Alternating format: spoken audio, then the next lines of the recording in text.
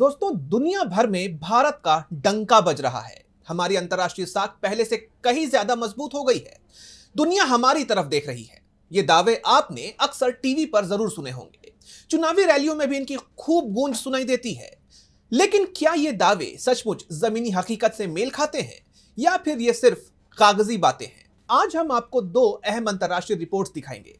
पहली रिपोर्ट भारत के पासपोर्ट की ताकत से जुड़ी हुई है और दूसरी रिपोर्ट इस बात पर है कि हमारा देश दुनिया के बाकी देशों के मुकाबले कितना सुरक्षित और शांत है।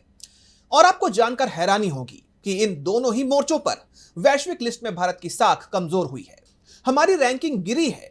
विदेशी दौरों और मजबूत विदेश नीति के दावों के बीच ये दोनों रिपोर्ट्स एक अलग ही कहानी बयां कर रही हैं।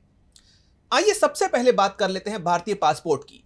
अगर आप विदेश जाना चाहते हैं तो आपका पासपोर्ट कितना दमदार है? हेनले पासपोर्ट इंडेक्स ने जून महीने की ताजा रैंकिंग जारी कर दी है और भारत के लिए यह खबर बिल्कुल भी अच्छी नहीं है।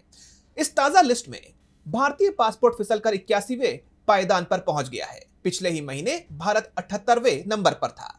यानी सिर्फ एक ही महीने के अंदर भारत को 3 पॉइंट्स का बड़ा नुकसान उठाना पड़ा है। अब इसका सीधा असर आप पर क्या पड़ेगा? असर यह है कि अब भारतीय पासपोर्ट धारक सिर्फ 56 देशों की यात्रा बिना पहले से वीजा लिए कर सकते हैं।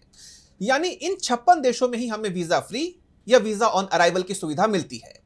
इस ताजा रैंकिंग ने सरकार के उन बड़े बड़े दावों पर गंभीर सवाल खड़े कर दिए हैं। कहा जाता था कि विदेशी मोर्चे पर भारत का दबदबा बढ़ा है, लेकिन अगर हमारी अंतर्राष्ट्रीय साख इतनी ही मजबूत हुई है तो हमारे पासपोर्ट की ताकत लगातार कमजोर क्यों होती जा रही है?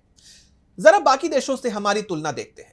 सिंगापुर, इस लिस्ट में सिंगापुर सबसे टॉप पर है। सिंगापुर के नागरिक 192 देशों में बिना किसी वीजा के घूम सकते हैं। जापान, साउथ कोरिया और यूएई, ये हमारे एशियाई पड़ोसी दूसरे नंबर पर है। यहाँ के लोगों को 188 देशों में सीधी एंट्री मिलती है। बात करें मलेशिया की तो मलेशिया जैसा देश भी इस लिस्ट में 7वें नंबर पर काबिज है। जब छोटे छोटे देश अपने नागरिकों के लिए दुनिया भर में घूमना इतना आसान बना रहे हैं तो भारतीय राजनयिक और सरकार का विदेशी अमला कहां चूक रहा है? हाँ, यह जरूर है कि इस लिस्ट में पाकिस्तान 101वें और अफगानिस्तान सबसे नीचे है। लेकिन क्या हमें खुद की तुलना इन देशों से करनी चाहिए? यह बड़ा सवाल है। आज भारतीय पासपोर्ट पर वीजा फ्री एंट्री देने वाले देशों में सिर्फ Angola, Bhutan, Nepal, Thailand, Maldives, Qatar और श्रीलंका जैसे नाम ही शामिल हैं। बड़े और विकसित देशों में जाने के लिए भारतीय नागरिकों को आज भी लंबी और थका देने वाली वीजा प्रक्रियाओं से होकर गुजरना पड़ता है। अब पासपोर्ट की कहानी तो हमने देख ली। अब बात करते हैं देश के अंदरूनी हालात और शांति की। ग्लोबल पीस इंडेक्स यानी वैश्विक शांति सूचकांक ने मौजूदा साल 2026 के लिए दुनिया के सबसे सुरक्षित देशों की लिस्ट जारी की है। यह रिपोर्ट दुनिया के 163 देशों में शांति और सुरक्षा का आकलन करती है।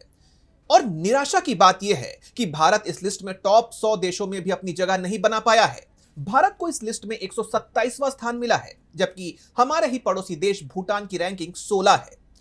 आइए एक बार टॉप 10 की लिस्ट पर नजर डालते हैं। आइसलैंड, ये लगातार 19वें साल पहले नंबर पर काबिज है। New Zealand, Switzerland, Slovenia, Ireland, Austria, पुर्तगाल, सिंगापुर, फिनलैंड और जापान। आइसलैंड लगातार 19वें साल सबसे शांतिपूर्ण देश बना हुआ है। वहां कोई स्थायी सेना नहीं है। अपराध दर बहुत कम है। लोग एक दूसरे पर भरोसा करते हैं। वहीं दूसरी तरफ इस लिस्ट में रूस की हालत सबसे खराब है। रूस को सीरिया और अफगानिस्तान से भी नीचे यानी सबसे आखिरी पायदान पर रखा गया है। अमेरिका को इस लिस्ट में 134वीं रैंकिंग मिली है, जबकि पाकिस्तान 192वें नंबर पर है। युद्ध से जूझ रहा ईरान 144वें नंबर पर है। यह रिपोर्ट बताती है कि 2026 में पूरी दुनिया में शांति का स्तर लगातार गिर रहा है। अपराध और हथियारों की लड़ाइयां बढ़ी हैं। पिछले साल के मुकाबले दुनिया की शांति में 0.7% की गिरावट आई है। दक्षिण एशिया में हालात ज्यादा खराब हुए हैं। तो कुल मिलाकर तस्वीर बिल्कुल साफ है। हेनले पासपोर्ट इंडेक्स और ग्लोबल पीस इंडेक्स दोनों का डेटा एक ही इशारा कर रहा है।